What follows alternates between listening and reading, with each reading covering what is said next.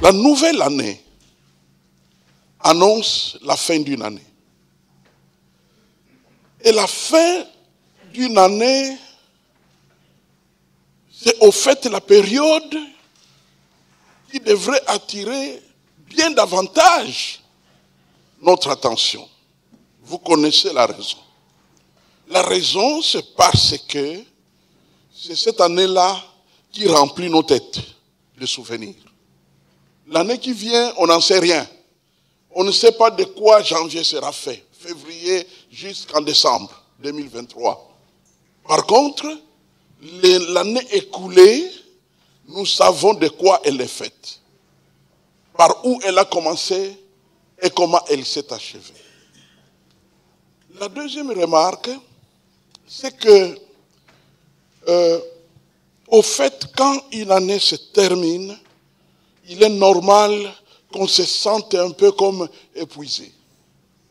Épuisé comme des hommes et des femmes qui ont couru, qui ont grimpé une haute montagne et qui sont arrivés au sommet de la montagne, épuisés et fatigués. Et ils regardent par où ils sont passés. Les plaines, les collines, les douleurs, les peines, les défaites, les réussites, les difficultés de toutes sortes. Et beaucoup de choses, heureusement, ne se sont pas accomplies. Parce que si ces choses-là se sont accomplies, on ne serait pas là. On ne serait pas là. Au fait, il y a quelqu'un que Dieu a permis qu'il rôde autour de nous. Il s'appelle Satan, Diabolos.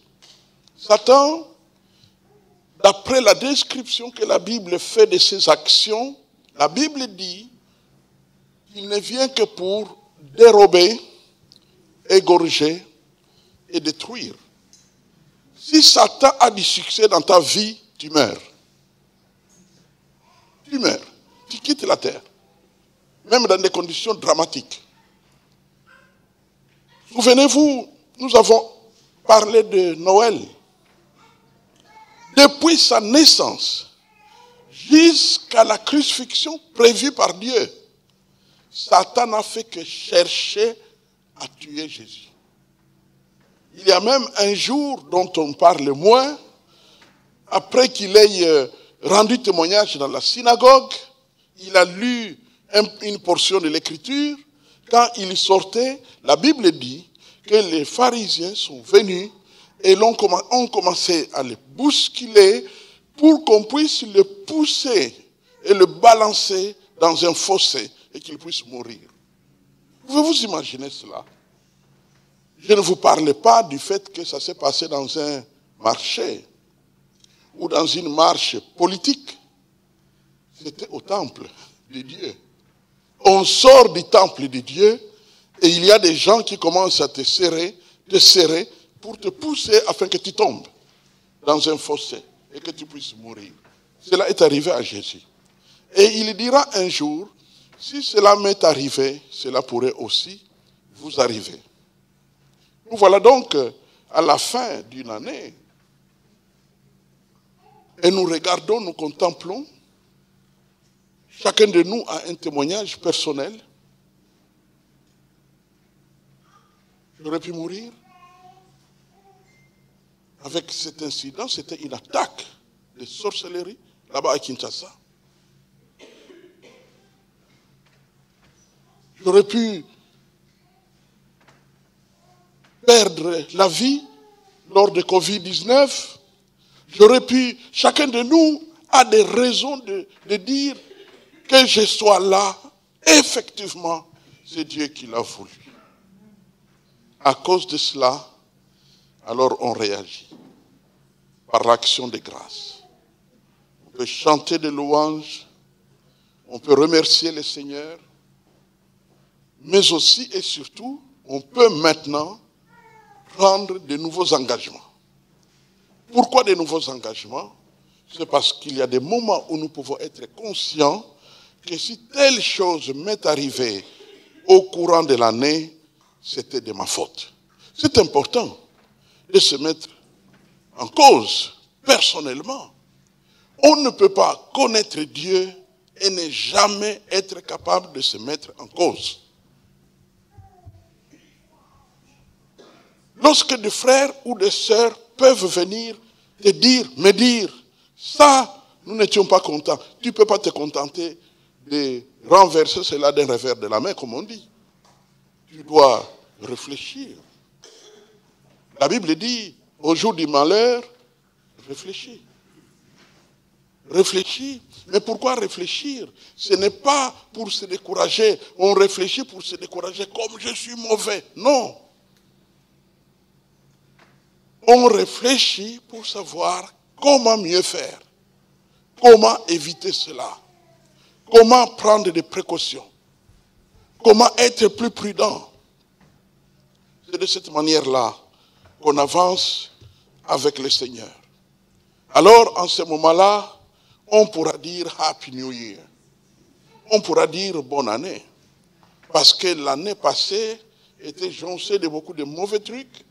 Mais maintenant, avec toutes les résolutions que je prends, les nouvelles stratégies que je prends, il y a lieu d'espérer que ce qui va suivre sera meilleur que ce que j'ai vécu. Que les trompeurs ne m'auront plus. Et ainsi de suite. C'est de cette manière qu'on peut avancer. J'ai voulu donc commencer par placer ces quelques mots, même si je sais que mon enseignement va dans une autre direction. Je voudrais donc compléter l'enseignement sur les 5 voies bibliques royales pour l'élévation spirituelle. Je considère ça comme l'équipement dont nous avons besoin dans cette nouvelle année. Prions le Seigneur. Père Tout-Puissant, viens avec nous. Viens pendant ce temps, parle à nos cœurs, parle à nos pensées, convainc-nous, oriente-nous, arrange-nous, construis-nous, révèle-toi à chacun de nous selon ses besoins, accorde la liberté du Saint-Esprit à ton serviteur comme ont prié tes serviteurs et servantes dans cette maison de prière. Et nous te prions, Seigneur, que tu agisses maintenant de bout en bout. Fais ton travail dans nos cœurs, au nom puissant de Jésus. Amen. L'Église a besoin des hommes et des femmes qui s'engagent avec Dieu. Parce que l'Église est de Jésus. Je bâtirai mon Église. Et quand Jésus bâtit son Église, il faut que les hommes et les femmes viennent. Il y a ceux qui viennent et d'autres qui font venir. Il faut qu'ils viennent sauver et aider à sauver les autres. C'est ce qu'on appelle la multiplication spirituelle. L'apôtre Paul dira, ce que tu as entendu de moi, confie-le à des hommes fidèles qui soient capables de l'enseigner aussi à d'autres. Et c'est comme ça, dans 2 Timothée chapitre 2, verset 2, on a parlé de 4 générations de fonctionnement dans la multiplication. Nous devons nous multiplier. Nous devons être des disciples qui se multiplient. Nous ne devons pas être des disciples stériles. Alors un disciple stérile, c'est dire qu'il est sauvé depuis 10 ans, depuis 20 ans, depuis 30 ans, mais il ne peut pas se souvenir d'une personne qui l'a amené au Sauveur. Il ne peut pas se souvenir d'une personne qui l'a amené, qui l'a présenté à Jésus, et cette personne a été transformée et est devenue enfant de Dieu. Nous devons être des disciples qui se multiplient, en sorte qu'il y aura des hommes et des femmes qui vont remplir la maison de l'Éternel. C'est ça notre but, notre objectif primordial. Pourquoi voulons-nous que l'Église soit remplie d'hommes et de femmes? Et ça va se remplir. Je l'ai vu plusieurs fois. Plus de 5 fois, j'ai vu la croissance en nombre. Et il n'y a pas moindre d'un doute que ce n'est que question de temps. Ça finira par se manifester. Mais pourquoi? Notre but, ce n'est pas réussir un ministère. Il faut enlever ça de votre tête. Parce qu'il y a des temples remplis de gens, mais tous les gens ne sont même pas sauvés, qui remplissent les temples. Donc ça ne sert à rien du tout. Les gens remplissent des temples, mais il n'y a pas la fanfare des célébrations au ciel. Parce qu'ils ne naissent pas de nouveau. Parce qu'ils ne sont pas connus de Dieu. Un jour, les gens diront, n'avons-nous pas, n'avons-nous pas, n'avons-nous pas. Vous connaissez les versets. Et qu'est-ce que Dieu leur dira? Qu'est-ce que Jésus leur dira? Je ne vous ai jamais connu. Jésus ne peut pas mentir. S'il te dit, je ne t'ai jamais connu, c'est la vérité qu'au fait, tu n'es jamais né de nouveau. Parce que celui qui n'est pas né de nouveau est mort spirituellement. Spirituellement mort. Et donc l'Église doit être forte. Forte par des hommes et des femmes remplis de puissance et de grâce dans leur vie. C'est ce que Dieu veut. Jésus bâtit son Église et nous sommes là pour bénéficier de cette Église. Nous profitons de l'Église que Jésus bâtit. Et nous lui faisons confiance pour les différents chapitres. Même lorsque nous avons l'impression que ce qui arrive a été de faute des hommes, notre confiance en Jésus est telle que même lorsqu'il y a des changements que nous n'apprécions pas dans l'Église, nous lui faisons, lui, confiance. Pourquoi? Parce que c'est lui qui bâtit l'Église. Il l'a dit. Amen. Je bâtirai mon Église. Les hommes commettront des fautes, peut-être, mais moi, je bâtirai mon Église. C'est ce que Jésus a dit. Et donc, nous lui faisons confiance. Merci Seigneur de ce que tu remplis ton Église d'hommes et femmes qui vont venir, qui vont célébrer l'Éternel, qui chanteront les cantiques de degrés en montant les escaliers. Nous avons ce que nous avons aujourd'hui, mais demain Dieu fera autre chose.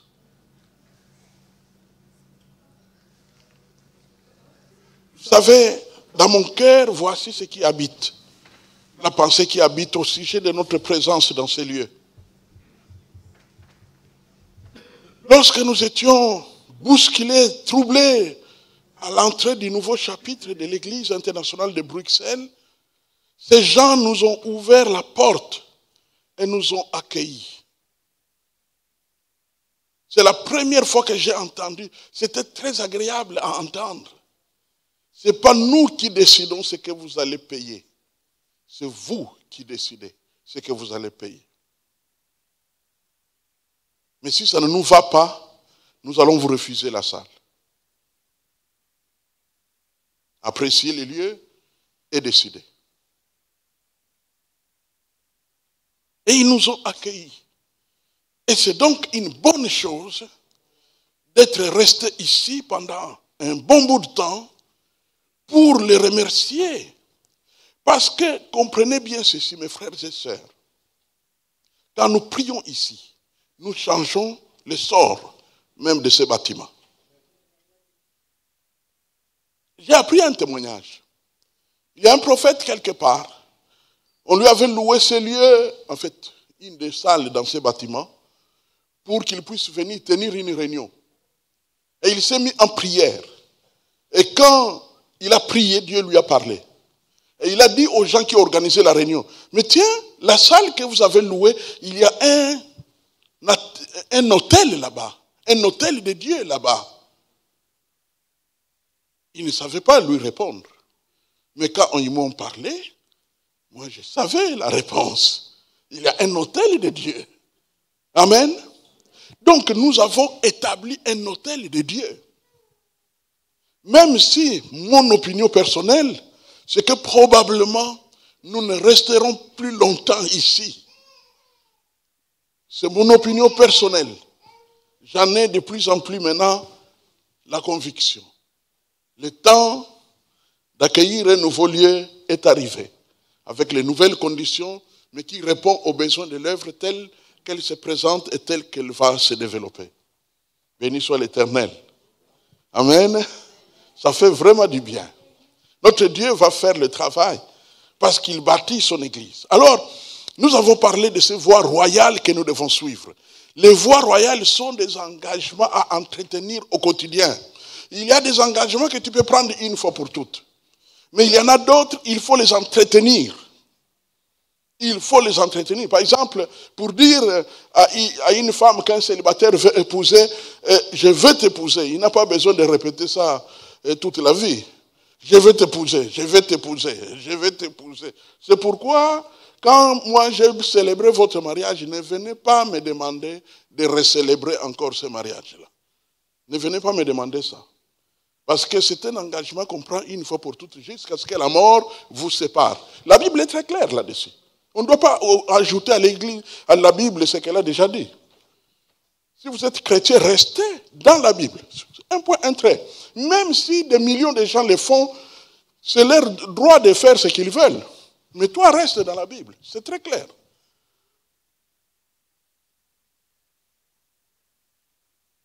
Et donc, il y a des engagements qu'il faut entretenir, comme le feu du tabernacle. Il faut l'entretenir. C'est-à-dire, il ne faut pas que l'huile manque dans cet engagement-là. On fait le tour de tous ces engagements.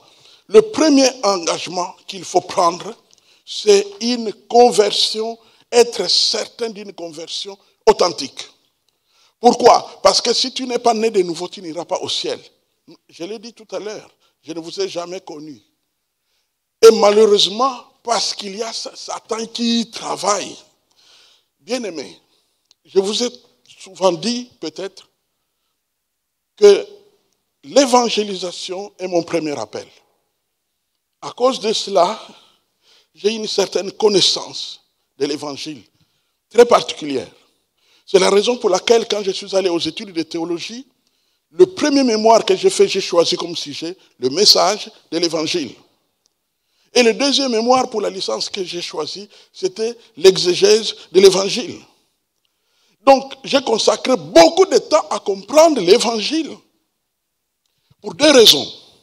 La première raison, tout le christianisme devient nul pour une personne dès lors qu'il n'a pas le salut. Et deuxième élément, Satan fait tout pour brouiller l'évangile. Dans 2 Thessaloniciens, chapitre 4, la Bible dit que Satan voile. Il utilise comme un voile pour empêcher les gens de comprendre l'évangile. C'est-à-dire, Satan est capable de te garder à l'idée d'être déjà sauvé quand tu ne l'es pas. Pour que tu sois surpris quand Jésus revient et que tu n'ailles pas au ciel. À cause de cela, il faut y travailler. Il faut y travailler. Mon roi qui m'a sauvé m'a dit, lorsqu'il m'a appelé, donne-toi tout entier à ces choses. Car en agissant ainsi, tu te sauveras toi-même. Et tu sauveras ceux qui t'écoutent.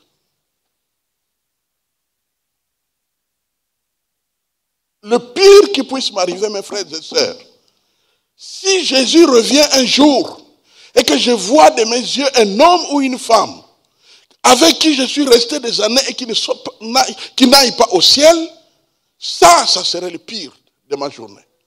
Je ne me poserai pas de questions pour moi, parce que je suis sauvé. Les signes ont été abondants. Vous savez que Dieu donne l'assurance. J'ai l'assurance d'être sauvé depuis que Jésus vit dans mon cœur la vie éternelle qu'il m'a donnée. Je suis à lui. Et ainsi de suite. Donc, le salut, Dieu sait donner des certitudes à ses enfants quand tu es sauvé. C'est la raison pour laquelle je danse de joie pour les réseaux sociaux. Parce que ça permet de mettre à la disposition des hommes et des femmes les enseignements. Pendant un temps, l'ennemi pourra résister et empêcher que les gens s'intéressent à mes enseignements. Mais pour combien de temps? Ça va finir par éclater. C'est pourquoi continuez à envoyer. Vous verrez de vos yeux ce que Dieu fera. Les gens commenceront à fouiller, commencera à copier. S'il faut chercher des traductions, ils commenceront à le faire. Afin que les paroles de vie qui sortent de nos bouches produisent des effets du salut chez ceux qui les écoutent. Alors, j'en ai déjà parlé. Ici, je vais juste attirer l'attention sur les deux conséquences qui arrivent lorsque le salut est là. Numéro 1, Dieu te change. Numéro 2, tu te changes. Les deux. Dieu te change et tu te changes. Dieu te change et tu te changes. Au fait, l'éclat de l'Esprit de Dieu qui te sauve, quand il te touche, il y a beaucoup de choses qui s'en vont d'elles-mêmes. Direct, elles s'en vont. Le jour où j'ai donné ma vie à Jésus-Christ, je n'ai pas suivi, l'évangile m'a trouvé avec dans ma main les chanvres, les cigarettes. J'avais une mauvaise haleine. Très mauvaise haleine. Et vous savez pourquoi? Parce que moi, ma façon de fumer la cigarette, c'était sans me spécialiser sur une seule sorte de cigarette. À cause des problèmes de prix. Et il y avait des cigarettes qui coûtaient moins cher, mais qui sentaient mauvais. Votre génération, vous ne connaissez pas ce que veut dire la cigarette Simba. Mais nous avons fumé ça. Simba. Quand tu fumes Simba, tu as une semaine pour sentir mauvais. Ça sent très très mauvais. L'évangile m'a trouvé avec tout ça dans la main. Mais dès que Christ est entré dans ma vie, c'est parti. Donc, je n'ai même plus cru que j'ai une fois fumé. C'est parti. Dieu te change. Dieu te change. Mais il y a des éléments pour lesquels tu as été complice, qui peuvent s'installer dans ta vie. Ça devient un peu comme des instincts, comme des réflexes. Parfois même comme ton comportement. Alors pour ces choses-là, tu dois te battre pour qu'elles partent. Dieu te change, tu demandes à Dieu de te changer et toi tu engages ta volonté à changer. Au quotidien. C'est pourquoi la Bible peut dire travaillez à votre salut avec crainte et tremblement. Avec crainte et tremblement. Et la raison pour laquelle nous militons pour le salut, mes frères et sœurs, c'est parce que nous avons une âme qui ne mourra point. Une âme pour laquelle nous devons préparer une éternité. De la même manière que nous préparons l'avenir de nos enfants. Il y a un bébé dans ta vie qui s'appelle âme. Elle ne meurt pas. À la mort, elle survit. Elle a l'éternité à affronter. Je te supplie, ne l'envoie pas en enfer, car tu sentiras ses douleurs, car c'est par elle que toutes les douleurs imaginables t'atteignent. C'est pourquoi vous entendrez notre frère David dans les psaumes 103. Mon âme, il parle à quelqu'un, il parle à son âme. S'il avait dit Albert, bénis l'Éternel, on comprendrait qu'il parle à quelqu'un d'autre. Mais quand il a carrément dit mon âme, bénis l'Éternel, il parle à lui-même. Parce qu'il y a une âme qui a une volonté, qui comprend des choses et qui a des sentiments. Si tu parles mal dans ta vie, tu es responsable. Si tu pêches, tu es responsable. Si tu es colérique, tu es responsable. Dieu veut te changer, mais il ne te séparera pas de tes amis. Si tu aimes toutes ces choses qui sont mauvaises dans ta vie, elles resteront. Dieu ne te les enlèvera pas de force. Ou quand tu dors, lui a déjà enlevé.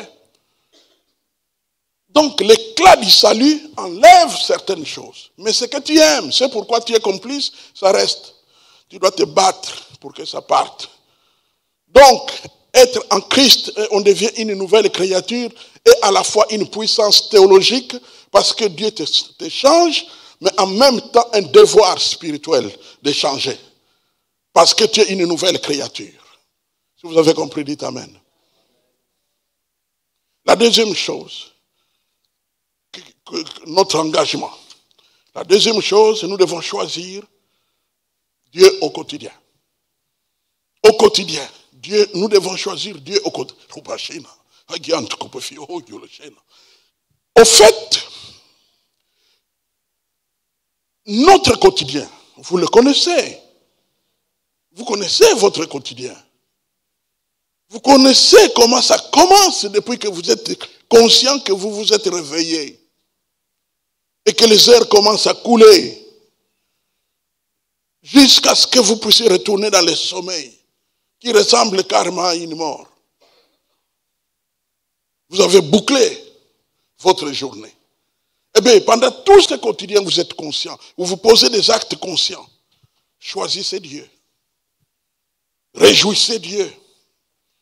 Que Dieu soit content de tout ce que tu fais dans tes choix dans le quotidien. Parce que maintenant qu'il t'a sauvé, maintenant que tu es son enfant, d'office, tu deviens son missionnaire, sa missionnaire, son serviteur, sa servante. Alors, choisis Dieu au quotidien, car c'est lui que tu représentes. Partout où tu te trouves. C'est la raison pour laquelle, dans le but justement de choisir Dieu au quotidien, les premiers chrétiens persévéraient. Et ils se sont rendus compte que si tu veux choisir Dieu au quotidien, il y a certains domaines dans lesquels tu dois persévérer. L'enseignement, la communion fraternelle, l'amitié fraternelle. Alors vous connaissez comment fonctionne l'amitié fraternelle? Avec les frères et sœurs en Christ, on communie. C'est-à-dire on leur fait confiance. Mais avec les païens, on les évangélise. Tu ne peux pas communier avec les frères en Christ et communier avec les païens. Non, non, non. Pourquoi? Parce que avec les frères et sœurs en Christ, vous partagez la même foi, le même baptême comme dit la Bible. La même foi, le même baptême, le même engagement avec le Seigneur, et ainsi de suite. Vous tenez le même discours, vous partagez les mêmes valeurs. Mais les païens, mon frère, ma sœur, eux ont un autre Dieu. Certains d'entre eux ont des démons. D'autres sont consciemment au service de Satan. Leurs manières, leurs valeurs sont totalement différentes. Je vais être plus clair. Tu es un frère, quand tu te regardes au miroir, tu te dis, oh, mon visage est joli. Le mien était très joli quand j'étais jeune. Ça a changé. Gloire à Dieu. C'est pourquoi il faut compter vos jours, parce que tôt ou tard, cette beauté-là que tu regardes dans le miroir, ça passe. Mais maintenant, imagine un instant que tu te regardes au miroir, tu dis, waouh, c'est pas mauvais. Eh bien, figure-toi que quand tu approches les filles de ce monde, elles voient en toi une possibilité de se retrouver au lit. Un point barre. Donc, elles ne viennent pas pour n'importe quoi d'autre. Non, elles ont l'idée du péché. Qui que tu sois, où que tu sois. C'est comme ça que les gens du monde fonctionnent. À cause de cela, tu ne peux pas communier avec eux. Tu ne peux pas leur faire confiance. Tu dois savoir qu'est-ce qui se passe. Vous savez, quand j'ai commencé à annoncer l'évangile, qu'est-ce que je faisais? Quand je rencontrais des jeunes filles, je leur donnais mon témoignage de conversion. C'était ma carte de visite pour fixer les barrières et fixer mes valeurs. Et ça donnait à plusieurs d'entre elles de se donner au Seigneur Jésus-Christ. Merci Seigneur. Donc nous devons choisir Dieu au quotidien. Quand tu choisis Dieu au quotidien, il y aura des conséquences. La fois passée, j'en avais parlé, tu vas perdre ta race, tu ne vas plus fonctionner comme quelqu'un qui, oh je suis blanc, je suis noir. Non, ça ne va plus fonctionner. Oh, je suis de telle tribu ou de telle autre tribu. Ça ne va plus fonctionner. C'est la raison pour laquelle les chrétiens doivent être chrétiens. C'est eux le sel de leur nation. C'est eux le sel de la terre. Et la lumière du monde. Les chrétiens du Congo doivent être le sel du Congo et la lumière du Congo. Si même les chrétiens qui fréquentent les églises, qui sont supposés être nés de nouveau, continuent à vaguer dans des valeurs telles que le tribalisme, on comprend pourquoi l'église du Seigneur là-bas n'influence pas l'essor du pays. Regardez les enfants d'Israël. Ils ont influencé leur nation dans l'histoire grâce à leur attachement à Yahweh.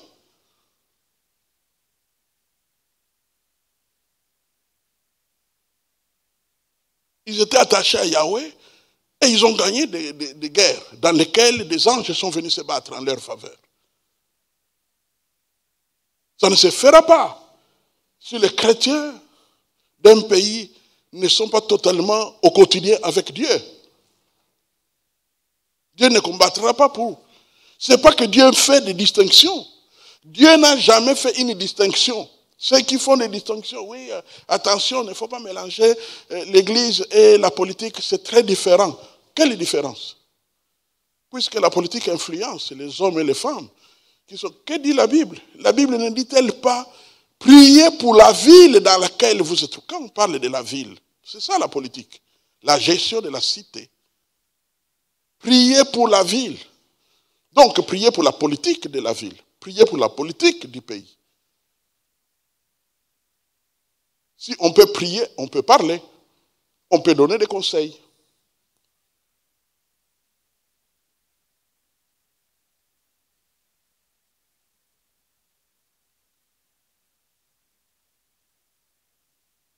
Troisième, se laisser dévorer. Nous en avons parlé, je vais être plus court ici. Se laisser dévorer par le zèle de la maison de l'Éternel. Bien-aimé, voilà. Ça, c'est se laisser dévorer par le zèle de la maison de l'Éternel. Le verset que j'ai lu pour les enfants tout à l'heure, au sujet de Pierre, vous vous souvenez un jour, lorsqu'on est, les sacrificateurs sont allés arrêter Jésus dans le but de le livrer à César. Qu'est-ce que Pierre avait fait? Il a utilisé une épée. Ça s'appelle le zèle de la maison de l'Éternel.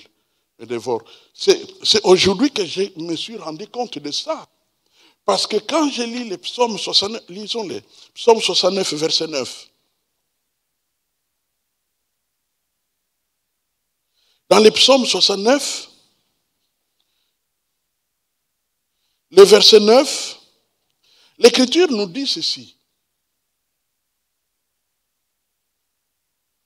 Car le zèle de ta maison me dévore, et les outrages de ceux qui t'insultent tombent sur moi. Vous avez remarqué la suite de ce passage? Les outrages de ceux qui t'insultent. Quand le zèle de la maison de l'Éternel te dévore, qu'est-ce qui va suivre comme conséquence? Ceux qui n'aiment pas ton Dieu vont aussi te détester. Quand le zèle de la maison de l'Éternel te dévore, eh bien, les injures destinées à Jésus vont tomber sur toi. Les outrages destinés à Jésus et à ses serviteurs vont tomber sur toi. C'est-à-dire, on va t'attaquer. On comprend pourquoi certains prophètes étaient jetés dans des trous. Tout simplement parce que le zèle de la maison de l'Éternel les dévorait. Mais n'ayez pas peur, parce que Dieu protège ses serviteurs. Il te protégera. Il aura pitié de toi. Parfois, ça chauffe au moment où on t'attaque. Ça peut vraiment chauffer. Mais ce n'est pas grave. Après tout, le monde, même la vie, se définissent comment? Avec des limites. Et notre Dieu s'en occupe. Notre Dieu séjourne sur la terre parce que nous sommes là. Et il agit partout où nous nous trouvons. Bien-aimés, nous commençons une nouvelle année. Rien à redouter. Même s'il y a des menaces de toutes sortes, n'ayez pas peur. Ceux qui vous menacent ont un sommeil, ont une vie, ont un cœur qui bat. Et c'est Dieu qui les leur avait donné. Et ce Dieu-là, c'est bien votre Père. Amen. Ce sont les sujets de votre Père. N'ayez pas peur des sujets de votre Père. C'est pourquoi Jésus disait, n'ayez pas peur de celui qui peut faire ceci et qui ne peut rien faire d'autre. Ils sont limités. Totalement limités. Ils ne peuvent pas faire ce qu'ils veulent parce que tu es protégé par ton Dieu à qui tu appartiens. Le zèle, c'est en faire plus que les autres. Je vous rappelle que ce sont des engagements à entretenir. Amen. En d'autres termes, quand tu entretiens un engagement, voici l'une des conséquences. Le progrès. Le progrès. Tu étais zélé l'année passée, sois plus zélé. C'est ça ce que Dieu veut voir en toi. Amen. Plus zélé encore. Plus zélé encore. J'ai traité la fois passée quelques domaines dans lesquels il faut être zélé. Zélé dans la fréquentation de l'église. Si l'année passée, tu sautais facilement des cultes, eh bien, dans 2023, s'il vous plaît, n'amenez pas à Jésus, car c'est lui qui bâtit son église. N'amenez pas à Jésus l'habitude de sauter des cultes. Parce que quand tu sautes des cultes, c'est comme un enfant, un étudiant qui est à l'école. Un étudiant qui est à l'école et qui saute des cours, vous comprenez quelles seront ses conséquences. À un moment donné, il va se retrouver devant des examens pour lesquels il ne connaît pas où se trouve la réponse. Tout simplement parce qu'il n'était pas là, les jours où les cours étaient expliqués. Certaines épreuves, notez, certaines épreuves de notre vie, nous ne pouvons les affronter avec succès qu'en ayant certaines armes. Et certaines de ces armes, elles ne peuvent venir que d'une prédication. Et comme le diable tâtonne, mais parfois il réussit, il soupçonne que si tu vas à l'église aujourd'hui, tu risques d'aller attraper des choses avec lesquelles tu vas les démolir. Qu'est-ce qu'il fera si tu es un bon diable? Qu'est-ce que tu vas faire? Tu vas faire la guerre, ce qu'on appelle la fuite en avant. La guerre préventive. Tu vas l'empêcher d'aller s'équiper. Tu vas l'empêcher. Vous savez, l'histoire, il y a une histoire, permettez-moi de faire cette parenthèse, parce que, au fait, mes frères et sœurs, je vous informe que je suis congolais. Et donc, ce qui fait que je connais mon pays. Pendant des années et des années, les Nations Unies ont décidé de mettre un embargo pour que le Congo n'achète jamais des armes. Maintenant, ce qui m'a toujours étonné, combien de guerres le Congo a menées contre ses voisins? Aucune guerre. Donc, un peuple qui ne s'est jamais battu avec personne, te dit, non, il ne faut pas qu'ils achètent des armes. Qu'est-ce que cela veut dire? Cela veut dire, il faut les empêcher de se défendre, afin que ceux qui les attaquent puissent avoir toutes les chances de gagner. Et ça, c'est quelle justice? De quelle loi? Je comprends qu'ils aient révisé ça. Parce que pour moi, de telles lois, il fallait vraiment les balayer d'un revers de la main et aller chez tous les trafiquants des armes et acheter. Parce que c'est une loi injuste et impure.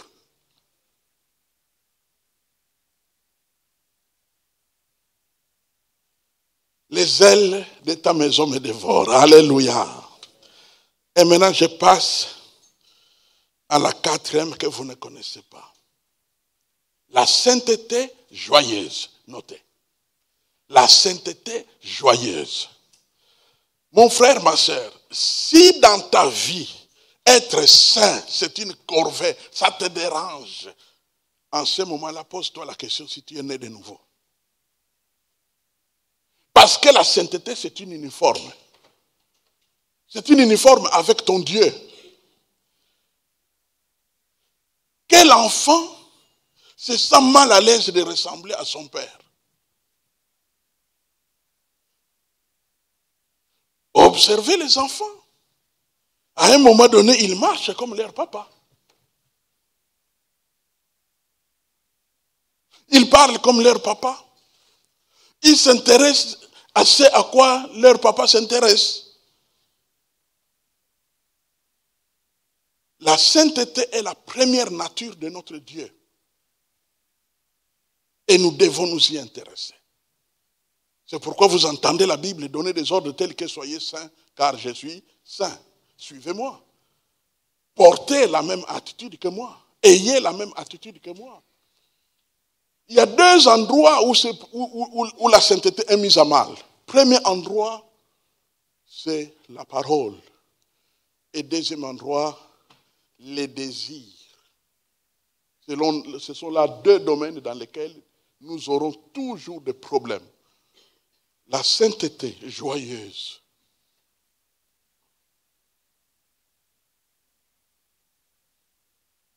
Dans 1 Pierre, notons, ou lisons plutôt. 1 Pierre. 1 Pierre chapitre 1.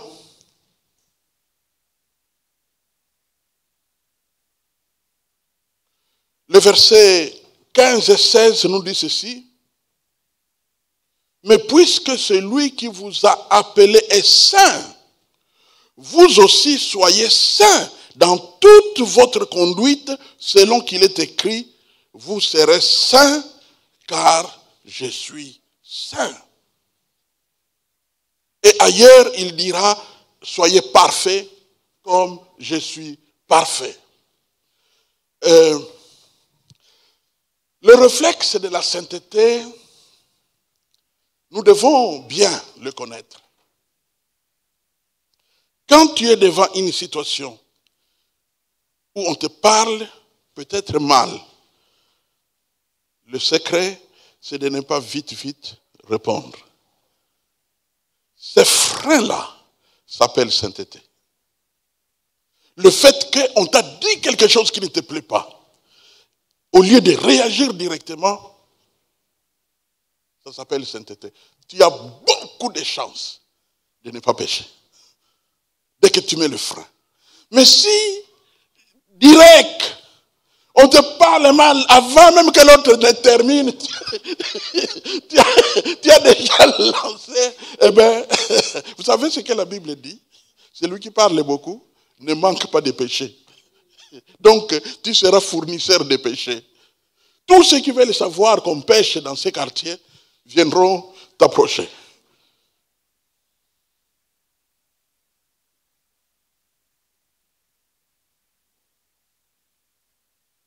Visez à ressembler à Jésus-Christ.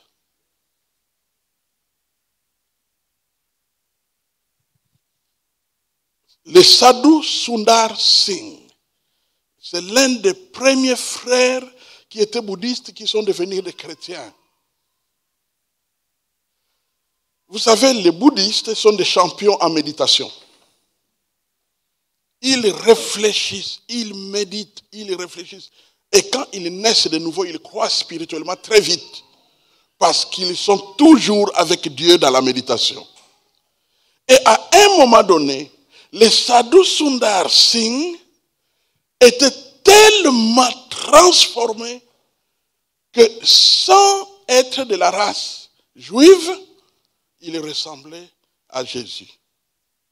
Savez-vous qu'une certaine proximité fait ressembler les gens? Oui. Je l'ai même vu dans les animaux. Vous avez déjà croisé certaines mamans qui ont l'air petits chiens? Regardez les chiens et regardez-les. Et vous verrez, en fait, la proximité entraîne une sorte de ressemblance. Quand tu es toujours proche de Jésus, tu vas ressembler à Jésus. Parle-lui. Dès que tu commences la journée, parle-lui. Ne dors pas sans lui parler. Soit aie des réflexes de parler à Jésus.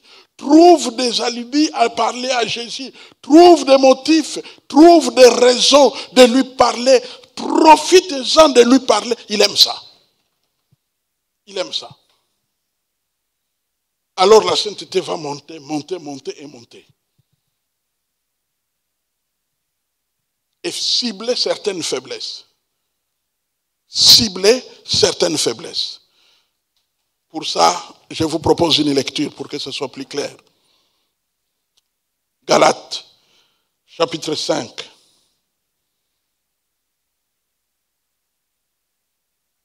Galates, chapitre 5.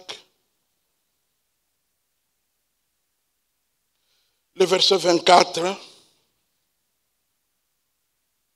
l'Écriture nous dit, ceux qui sont à Jésus-Christ, c'est-à-dire ceux qui appartiennent à Jésus-Christ, ceux qui sont à Jésus-Christ ont crucifié la chair avec ses passions et ses désirs. Ciblez certaines faiblesses de votre vie et crucifiez-les. Crucifier veut dire coincer, écraser, empêcher de s'exprimer.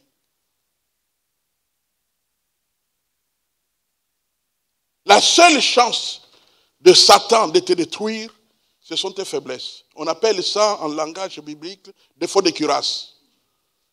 Défaut de cuirasse, c'est le lieu ou l'endroit dans le corps d'un soldat à l'époque que les ennemis visaient. Quand un ennemi se trouvait devant un soldat, parce que souvent ça terminait par le corps à corps, puisqu'il se battait avec les épées. Dès qu'il se trouve devant un ennemi, la première chose qu'il cherche, c'est où se trouve le défaut de cuirasse. Est-ce que son gilet est déchiré? Est-ce que son pantalon est déchiré? Est-ce que son chapeau là est déchiré? Amen.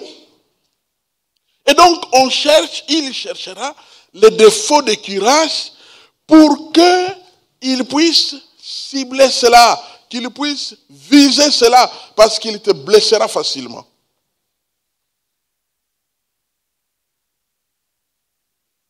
Alors n'attends pas que l'ennemi cible tes défauts, toi-même cible-les. Ceux qui sont à Jésus-Christ ont crucifié la chair avec ses passions et ses désirs. Si tu veux maximiser l'appréciation de Dieu sur ta vie, crucifie les défauts de ta vie. Parce que c'est là où tu vas vraiment attirer la faveur de Dieu.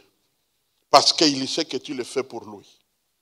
Ce qui ne te coûte rien, il est content parce que c'est ce qu'il veut pour toi, mais il veut surtout que tu portes du fruit là où ça te coûte quelque chose. Savez-vous que par votre bonne naissance dans une certaine famille, il y a des faiblesses qui ne te coûtent rien du tout.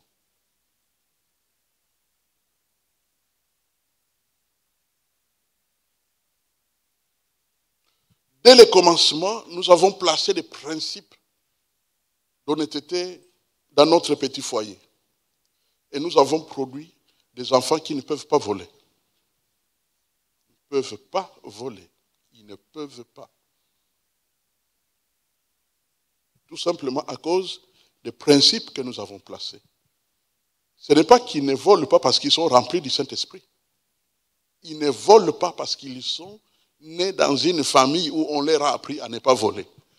Il y a donc certaines choses qui ne se trouveront pas chez nous, tout simplement parce que nous avons eu de bons parents qui nous ont élevés avec de bonnes manières. Dieu est content que nous n'ayons pas ces faiblesses-là, mais pour lui, là où il veut vraiment nous voir venir, c'est dans nos défauts de cuirasse.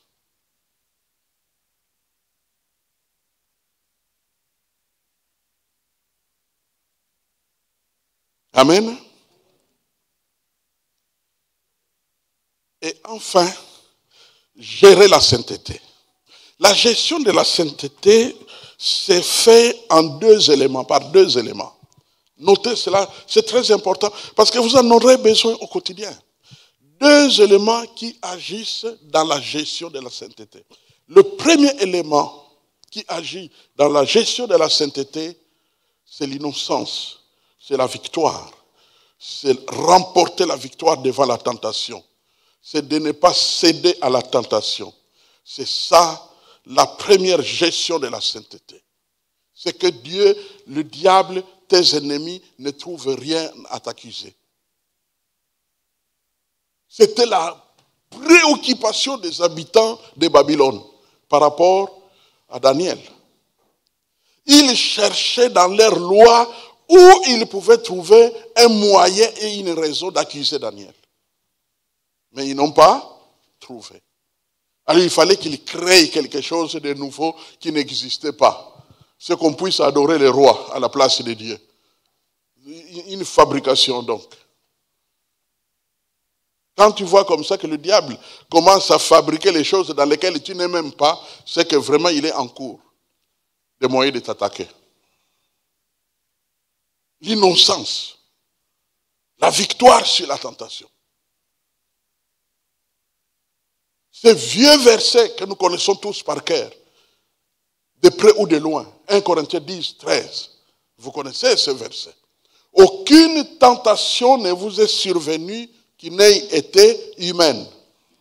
Et Dieu qui est fidèle ne permettra pas que vous soyez tentés au-delà de vos forces. Mais avec la tentation, il préparera le moyen de s'en sortir afin que vous puissiez la supporter. Supporter veut dire remporter la victoire sans tomber dans le péché. Amen. Donc ça c'est la première gestion. Et maintenant la deuxième et la dernière gestion, c'est la repentance sincère avec la foi dans le pardon de Dieu. Mon frère, ma sœur, lorsque tu te retrouves à avoir péché, ça sera rare pour plusieurs d'entre nous.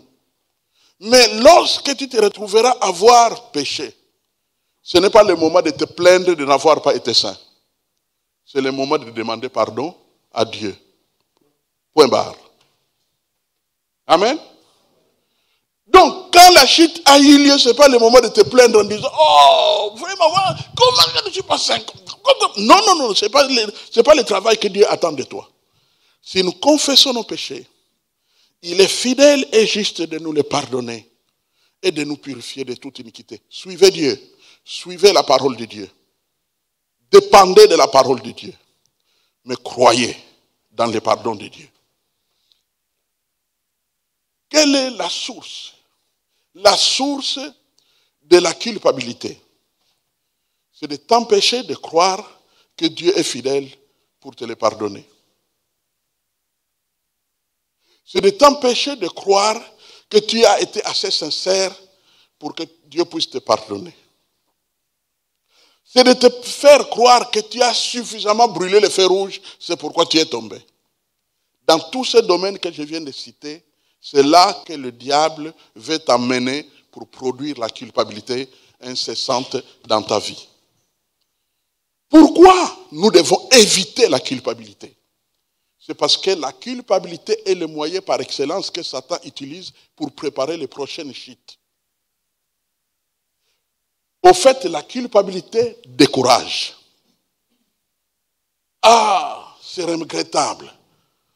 Vous avez entendu mon témoignage. Lorsque j'avais donné la gifle à ces garçons avec qui on jouait au football. Le diable a utilisé cela en disant, si j'ai donné une gifle, c'est parce que je ne suis pas vraiment né de nouveau. Parce que si j'étais vraiment né de nouveau, je ne pouvais pas me retrouver là. Je devrais avoir la maîtrise de soi. Où était la maîtrise de soi? J'ai commencé à me lamenter de mes manques de moyens de remporter la victoire sur la tentation. Ce n'est pas ça le travail de la gestion d'une faute, d'un péché. La gestion d'un péché, c'est la repentance. Point barre. As-tu péché? Oui. Répands-toi.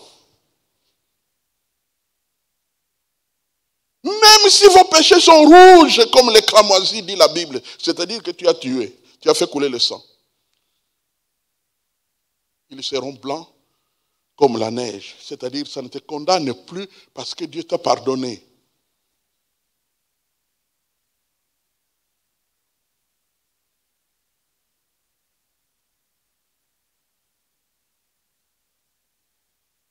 Donc il y a ces deux. C'est pourquoi j'ai créé les expressions que vous connaissez. Gloire à Jésus-Christ, là tu remportes la victoire. Gloire au sang de l'agneau, là tu as demandé pardon à Dieu. Avez-vous constaté qu'il y a gloire dans les deux cas? Au fait, la repentance sincère devient une victoire sur le péché. C'était prévu par Dieu. Amen. Et ça se passe dans l'église que Jésus bâtit. Je bâtirai mon église. Et il a fourni et prévu tout ce qui est nécessaire pour l'entretien des hommes et des femmes qu'il fait entrer dans sa maison. Ça vaut la peine de rester dans la maison de l'Éternel. Je reviendrai dans la maison de l'Éternel jusqu'à la fin de mes jours, disaient les psalmistes. Parce que, comme ça, où est-ce qu'on va encore trouver un tel bonheur? Une telle garantie. Bien-aimé, Okovo ni mzuri dans la maison de l'Éternel. Amen. Dans la maison de l'Éternel. C'est un chant que les maçons chantaient depuis le début des siècles, le début du réveil spirituel dans notre pays. Alléluia. Le Seigneur est bon. Et enfin, la dernière voie biblique royale, vivre en paissant les brebis de Dieu. C'est une question de vie. Je n'ai pas dit aie l'activité d'affermissement. Les affermissements sont très importants et indispensables dans la maison de prière. Quand vous n'avez pas encore suivi les affermissements, il faut contacter notre frère Bernard.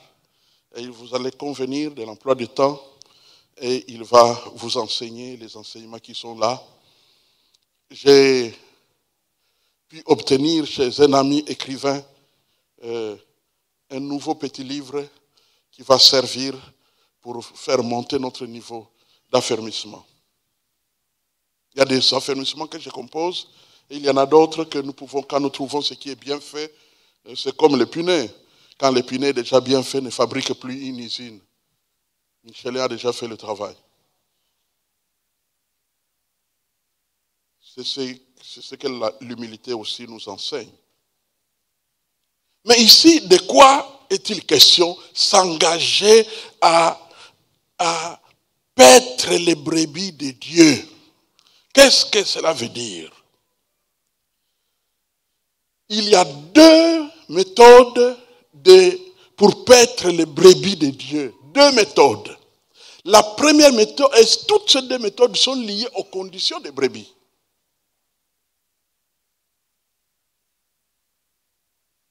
C'est pourquoi la première question que tu dois te poser quand Dieu met une brebis près de toi, c'est de te demander quel est l'état de cette brebis. Pour que tu ne puisses pas lui donner des médicaments dont cette brebis n'a pas besoin. Tu dois savoir, c'est comme quand tu vas à l'hôpital, on doit commencer par découvrir de quoi tu souffres. Alors, remarquez que le mot brebis, dans cette exhortation, s'applique aussi aux païens. Ce sont des futures brebis du Seigneur, car Dieu n'a créé personne pour l'envoyer en enfer. Dieu a prévu que tous soient sauvés. Et c'est pour ça qu'il a envoyé son Fils, Jésus-Christ. Amen. Alors donc, cela veut dire qu'il y a d'abord la première partie, c'est pour les brebis qui ne sont pas encore nés de nouveau. Les hommes et les femmes que Dieu a portés à ta connaissance et que tu sais qu'ils ne sont pas encore nés de nouveau. Il y a certaines conversions ou certains paganismes qui sont un peu plus futés. Tu as l'impression qu'il est né de nouveau alors qu'il n'est pas né de nouveau. Mais je parle de ceux dont leur paganisme est clair. Très clair. Ah, donc tu vas toujours là-bas à l'église. Oui. Pamba. Donc quand vous voyez comme ça, vous n'avez pas besoin de discernement. Son paganisme crie à haute voix que lui et Dieu, il n'y a rien à faire, quoi. Et ça peut être la brebis que Dieu te donne à sauver. Dieu donne du travail à ses enfants pour sauver. Je répète, après t'avoir sauvé, Dieu te laisse sur la terre. Pourquoi? C'est pour que tu sauves ce qu'il te donne. Il y a des hommes, il y a des femmes qui sont perdus, que Dieu mettra sur ton chemin. Ne passe pas à côté de cette mission. Ne mets pas ta lampe sous le boisseau, sous prétexte que, comme il est païen, lui il ne s'en fait pas, même si n'importe quoi se passe, lui, ça ne lui fera ni chaud ni froid. Si tu fais ça, tu sers Satan. Parce que tu es en train de détruire la seule possibilité, probablement la seule possibilité que Dieu donne à cette brebis perdue pour qu'elle soit sauvée. Utilise ta connaissance. Utilise ton christianisme. Utilise ta vie chrétienne pour sauver ceux qui sont perdus. C'est ça être lumière du monde. C'est ça être sel de la terre.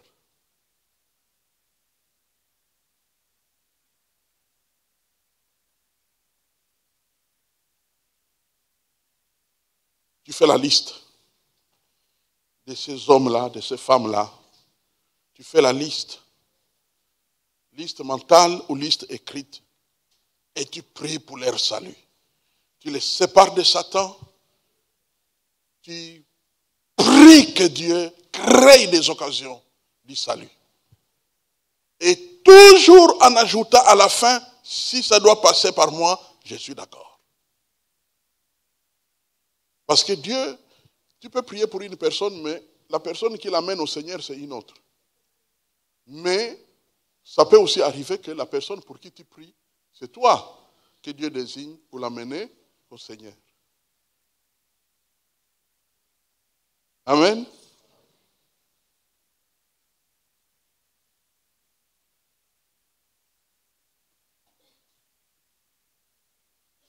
Tu pries pour que Dieu ouvre ses yeux, qu'il voit qu'il est perdu. 2, que Satan se sépare. Et 3, que vraiment ses yeux s'ouvrent pour comprendre l'évangile et qu'il donne sa vie à Jésus-Christ. Et alors, toujours dans le cadre de cette liste-là, prépare-toi dans ce que tu leur diras. Vous savez que les prophètes préparaient leur rencontre avec Dieu. Il y a un prophète qui dit que j'étais à mon poste et j'attendais. Et j'étais préparé pour ce que j'allais répondre si Dieu me parle. De la même manière, lorsque tu as à parler à des païens, il faut que tu te prépares. C'est la raison pour laquelle les supports tels que la présentation claire de l'Évangile sont plus que précieux dans la maison de l'Éternel. J'ai promis à Dieu que l'un des livres que j'écrirai sera la présentation claire de l'Évangile. Que quelqu'un qui lit ce livre, à la fin, prie pour donner sa vie à Jésus-Christ. Mais il existe déjà des supports intéressants.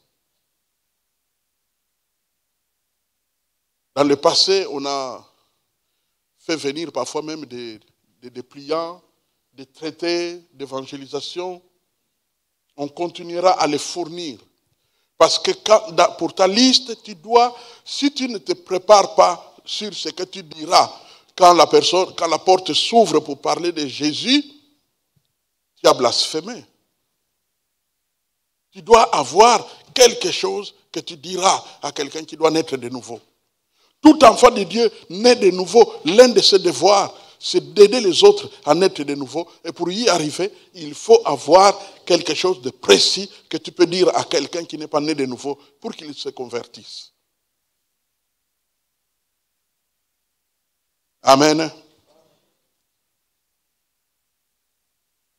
Et vous comprenez alors que maintenant que vous avez une liste, que vous avez des hommes et des femmes que vous devez amener au Sauveur, que votre comportement devant ces gens-là devient un comportement missionnaire.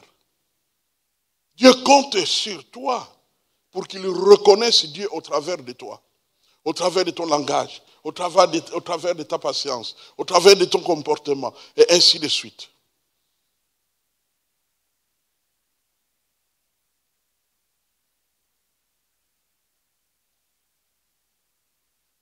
Et alors, la deuxième partie vient, ce que vous connaissez, paître les brebis qui sont déjà nés de nouveau.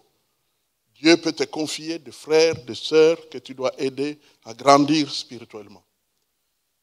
Pas toujours s'asseoir devant une table avec une grosse Bible ouverte. Non, C'est dans la vie de tous les jours. Remarquez, Jésus a très peu utilisé les rouleaux. C'est en marchant, c'est en racontant des histoires de la vie. Vous comprenez clairement dans ces sermons, quand il est en train de dire, regardez comme croissent les lits des champs, c'est-à-dire les fleurs des champs. Vous comprenez clairement qu'il se trouvait dans un champ où il y avait effectivement des fleurs. Donc c'est dans la vie de tous les jours que vous exhortez, que vous encouragez, et ainsi de suite. Au point que vous devenez de plus en plus imitables. Imitables. Et je vais vous donner un conseil, retenez-le très bien. Ne faites jamais sortir des âmes, des brebis d'une église. Ne le faites jamais. Vous affrontez celui qui bâtit l'église. Jésus a dit, je bâtirai mon église. Lui, il fait venir des brebis. Est-ce que vous savez où est-ce qu'il a ramassé ces brebis-là? Écoutez l'histoire de chaque homme, chaque femme que tu trouves dans une église. Entre sa chaise et la tienne, c'est 1 mètre. Mais pour le faire arriver à ces 1 mètre-là, combien ça coûtait à Jésus? Parfois des mois, des années, des circonstances de toutes sortes. Quand tu vois ça, quand tu comprends ça, tu ne peux pas dire à une âme qui se trouve dans une église, sortons. Pour l'amener où? Pour l'amener où? Pour l'amener où?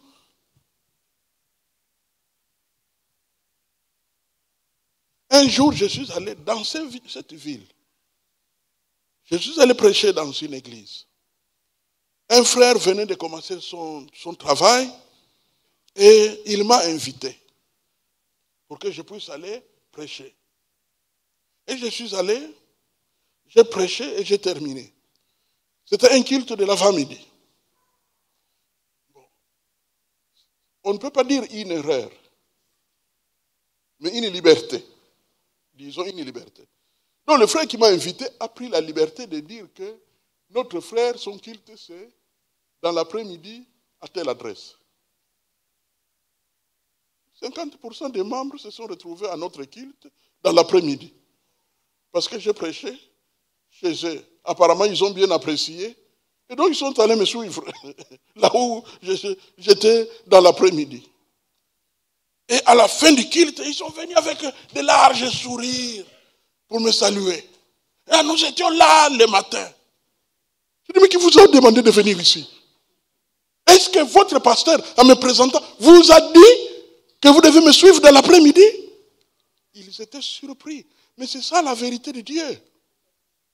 Quand tu as compris ça, tu ne pourras jamais dire aux chrétiens d'autrui de Jésus qu'il a placé dans une église songolo. Tu ne pourras jamais aller leur dire, ah, non. Au contraire, si tu crois que Dieu t'appelle à bâtir l'église de la part de Jésus, la preuve, c'est qu'il te donnera ceux qui ne sont pas sauvés. Il va commencer à bousculer la ville. Tous ceux qui ne sont pas sauvés vont commencer à venir à toi. Mais si tu n'as que des âmes qui ont été sauvées ailleurs, que Jésus a placées ailleurs, tu n'es qu'un pêcheur des aquariums, des salons des gens. Point barre.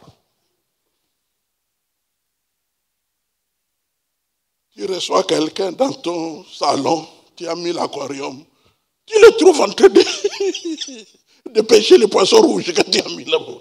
Tu lui dis, non mon frère, ça c'est pour décorer.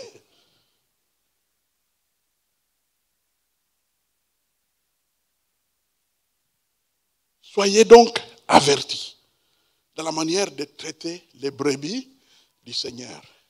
Tu ne peux sauver personne. Retiens bien ça. Et si tu comprends ça, tu ne seras pas orgueilleux les jours où quelqu'un va se convertir au travers de ton ministère. Et si quelqu'un ne se convertit pas, tu ne dois pas en souffrir non plus. Toi, c'est témoigner. Sauver, c'est le travail du sauveur. Ton travail à toi, c'est témoigner. Tu es un témoin, pas un sauveur. Tu ne peux pas convaincre le cœur de quelqu'un. Ne cherche même pas à convaincre. Tu ne sauras pas. Parfois, la chose qui retient quelqu'un est tellement subtile que tu ne comprendras même pas quoi lui dire pour le convaincre. Un jour, je parlais du Seigneur à un homme. Pardon. Je parlais. Et j'étais sûr, c'était une visite à domicile. J'étais sûr que la personne était convaincue. Je m'attendais à ce qu'il se mette à genoux, donner sa vie à Jésus-Christ. Mais à la fin, il dit, pasteur, c'est bien ce que tu as dit. On a fini. Pour savoir si tu veux partir. Je ne te chasse pas, mais bon, si on a fini, moi j'aurai d'autres choses à faire. J'étais très étonné. Je suis rentré, j'ai prié. J'ai dit, Seigneur, pardonne-moi. J'ai cru qu'il suffit de bien parler pour qu'une personne soit convaincue. Mais plus tard, Dieu a créé une occasion où je vais découvrir où était accrochée l'âme de cet homme-là. Son père était dans une chorale quelque part, dans un autre pays. Et il s'est passé de mauvaises choses dans la chorale. Les gens se sont chamaillés. Et le papa déçu a quitté la chorale et il est venu à la maison. Il a jeté sa déception à ses enfants et son enfant a été blessé. Et il a dit dans son cœur, sans le dire à son père, je n'irai jamais à l'église. Et moi, je croyais qu'il suffisait d'expliquer que Jésus est mort pour toi, que le Seigneur a un plan pour toi, et ainsi de suite pour qu'il se convertisse. Non, son problème était ailleurs. Et dès que j'ai découvert ce problème-là, je n'ai pas cherché à le résoudre parce qu'il était historique. Je devais seulement prier.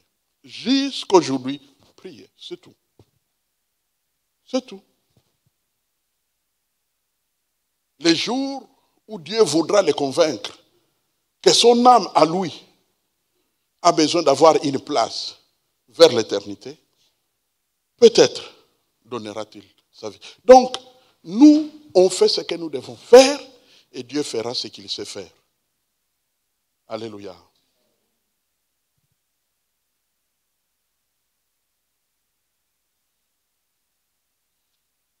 Une conversion claire.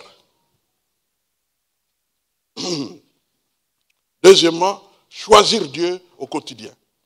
Troisièmement, se laisser dévorer par les ailes de l'évangile, de la maison de l'Éternel. Quatrièmement, la sainteté joyeuse. Et enfin, vivre en paissant les brebis de notre Dieu. Alléluia.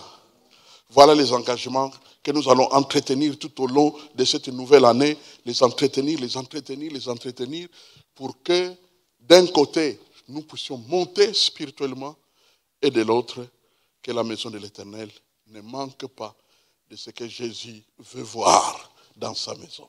Amen. Prions le Seigneur.